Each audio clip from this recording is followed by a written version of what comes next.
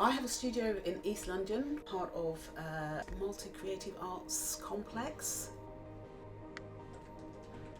I don't really use a studio in the kind of traditional sense of a studio.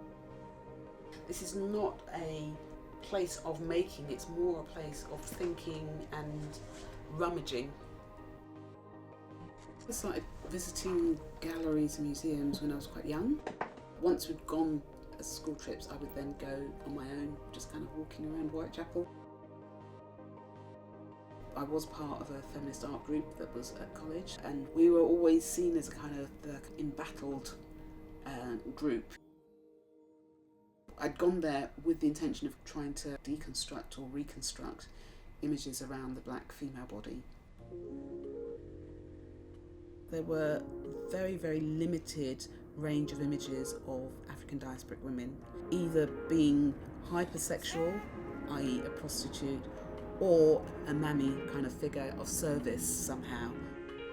For me, this was in stark contrast to the glut of images around white femininity. I started to be very much part of what became known as the Black Art Movement in the 1980s, try and highlight questions around race and cultural difference. That became another tense area, but it's been the terrain in which I've worked from the very, very early age. Started making works with hair that I'd bought from shops, Afro-Caribbean hair shops, and I started making these very strange objects. This particular installation that I'd made was called Do You Want to Touch? People of African descent, people often want to touch their hair. Usually it can be a stranger coming up to someone and wanting to touch their hair. Harks back to a very long memory of the African body being public property. The point about these works is that they were made to be handled by the audience. By these objects being removed from the body, there's something quite violent, that they become kind of disgusting.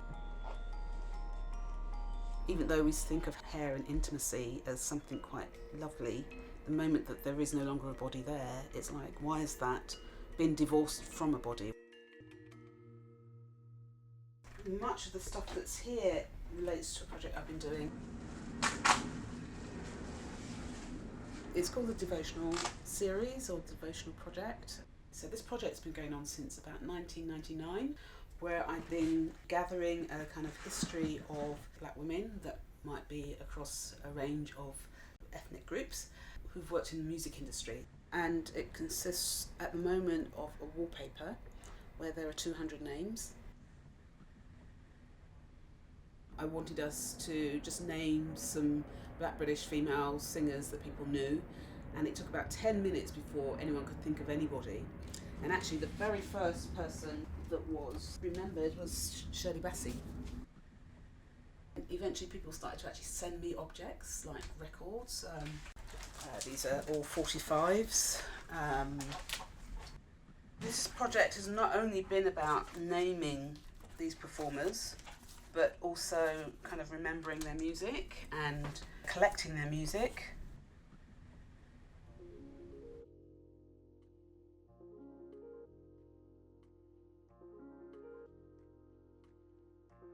I was part of what was called the Black Art Movement. People often do want to kind of mothball me in that 1980s moment, but I of course have continued to make work, and other questions have kind of emerged. In more recent years, I've kind of tried to let go of the idea of there being a message per se, but a way of working.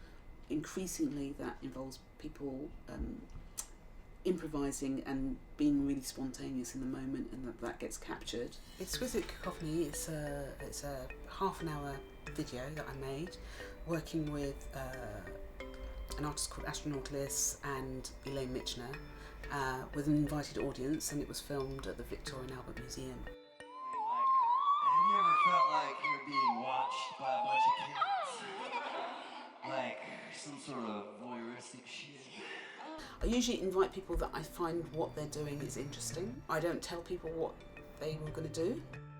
Astronautilus is actually working with the legacies of jazz scat in terms of rap music, and Elaine Michener is working with the legacies of Dada and kind of concrete poetry and sound, voice, noise. And Elaine Michener is now with me as I will continue to MC, and she will improvise the way she improvised while I improvise the way that I breathe. I brought them together, they'd never met before, knowing that they both kind of work with improvisation. That was fucking insane. I'm trying desperately not to tell people what to think. This is what I think the early works were, because that was all these things that I had to say.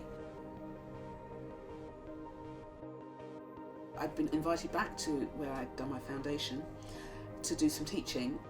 There's increasingly a diverse range of students who go to art school who need a diverse range of reference points, starting points, thinking points. So I've continued to be teaching for 35 years now. It's a space that I love.